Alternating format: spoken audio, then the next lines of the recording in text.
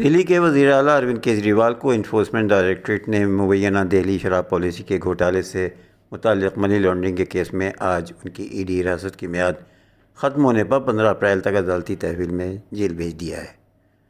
راؤز avenue میں واقع کاویری باویجا کی خصوصی عدالت نے متعلقین فریقین کے دلائل سننے کے بعد انہیں عدالتی تحویل میں بھیجنے کا حکم دیا ہے۔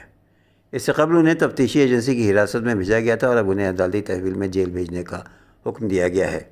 ایڈیشنل سالیسیٹر جنرل ایس وی راجو ای ڈی کی طرف سے عدالت میں پیش ہوئے۔ انہوں نے کیجریوال پر الزام عائد کرتے ہوئے کہا کہ وہ پوچھ گچھ کے دوران تحقیقات میں تعاون نہیں کر رہے ہیں۔ ای ڈی نے سخت سیکیورٹی کے درمیان مسٹر کیجریوال کو پیش کیا۔ پیشی سے پہلے میڈیا کے سوال کا مختصر جواب میں کیجریوال نے وزیر اعظم نریندر مودی کی طرف اشارہ کرتے ہوئے کہا کہ وہ جو کچھ کر رہے ہیں وہ ملک کے لیے اچھا نہیں ہے۔ کیجریوال کو مرکزی ای ڈی نے 21 مارچ کو گرفتار کیا تھا۔ اگلے دن 22 مارچ کو انہیں خصوصی عدالت میں پیش کیا گیا، جہاں انہیں 28 مارچ تک پوچھ گچھ کے لیے ای ڈی کی حراست میں بھیجنے کا حکم دیا گیا ہے۔ عدالت نے 28 مارچ کو ای ڈی کی دوسری درخواست پر عام آدمی پارٹی لیڈر کیجریوال کی حراست کی مدت 1 اپریل بڑھا دی تھی۔ کیجریوال کی گرفتاری سے قبل بھارت راشٹریہ سمیتی کے لیڈر اور تلنگانہ کی سابق چیف منسٹر کے چندرشیکھر راؤ کی بیٹی کویتا کو ای ڈی نے 15 مارچ کو اسی کیس میں گرفتار کیا تھا، جو عدالتی حراست میں دہلی کی تہاڑ جیل میں بند ہے۔ شرد پوار نے 5 امیدواروں کا اعلان کیا۔ بارامتی میں سپریا کا مقابلہ بھابھی سے ہوگا۔ اس مرتبہ بارامتی لوک سبھا سیٹ پر لڑائی دلچسپ ہوگی۔ بارامتی این سی پی بانی شرد پوار کا قلعہ رہا ہے اور شرد پوار خیمے نے سپریا سولے کو یہاں سے ٹکٹ دیا ہے۔ ان کا مقابلہ اجیت پوار کی بیوی سے ہوگا۔ لوک سبھا انتخاب کے پیش نظر این سی پی شرد چند پوار نے آج 5 سیٹوں کے لیے اپنے امیدواروں کا اعلان کر دیا ہے۔ این سی پی میں تقسیم کے بعد اس مرتبہ بارامتی لوک سبھا سیٹ پر لڑائی انتہائی دلچسپ ہو گئی ہے اور سبھی کی نظریں اس سیٹ پر مرکوز ہیں۔ بارامتی روایتی طور پر این سی پی کے بانی شرد پوار کا قلعہ رہا ہے اور شرد پوار کی بیٹی سپریا سولے یہاں سے موجودہ رکن پارلیمان بھی ہیں۔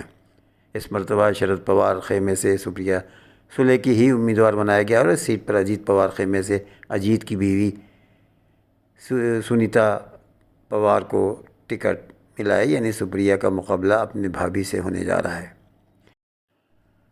عرب ممالک مستقبل میں اسرائیل کو تسلیم کرنے کے لیے تیار ہیں، یہ کہنا ہے امریکہ کے صدر جو بائیڈن کا۔ امریکی صدر جو بائیڈن نے فلسطین کے 2 ریاستی حل پر زور دیتے ہوئے کہا ہے کہ عرب ممالک مستقبل میں اسرائیل کو تسلیم کرنے کے لیے تیار ہیں۔ نیو یارک میں فنڈ ریزنگ تقریب سے خطاب کرتے ہوئے جو بائیڈن کا کہنا تھا کہ وہ سعودی عرب، مصر، اردن اور قطر سمیت دیگر تمام عرب ممالک کے ساتھ کام کر رہے ہیں۔ انہوں نے کہا کہ عرب ممالک مستقبل کے معاہدے میں اسرائیل کو مکمل طور پر تسلیم کرنے کے لیے تیار ہیں۔ تقریب میں سابق امریکی صدر براک اوباما اور بل کلنٹن بھی شریک ہوئے تھے۔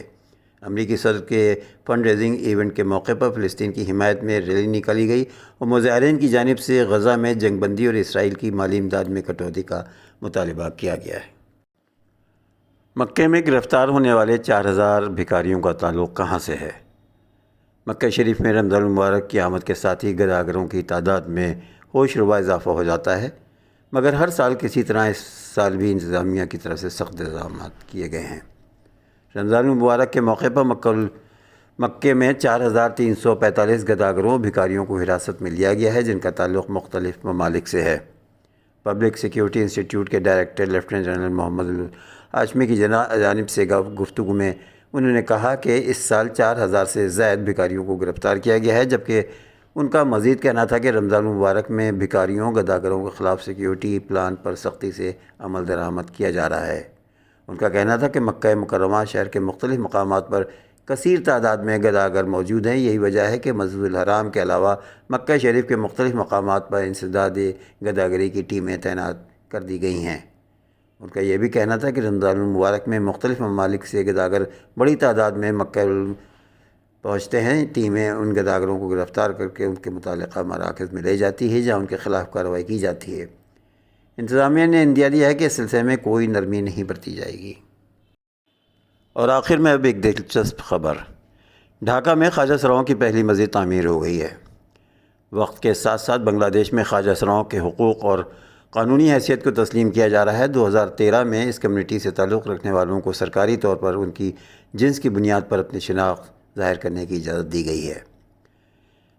ایک کمرے کی مسجد کے لیے زمین حکومت نے فراہم کی تھی۔ خواجہ سرا خواتین کا کہنا ہے کہ اب انہیں کوئی بھی نماز پڑھنے سے نہیں روک سکے گا، کیونکہ اب وہ یہاں بغیر کسی امتیازی سلوک اور تفریق کا نشانہ بنے بغیر نماز ادا کر سکیں گی۔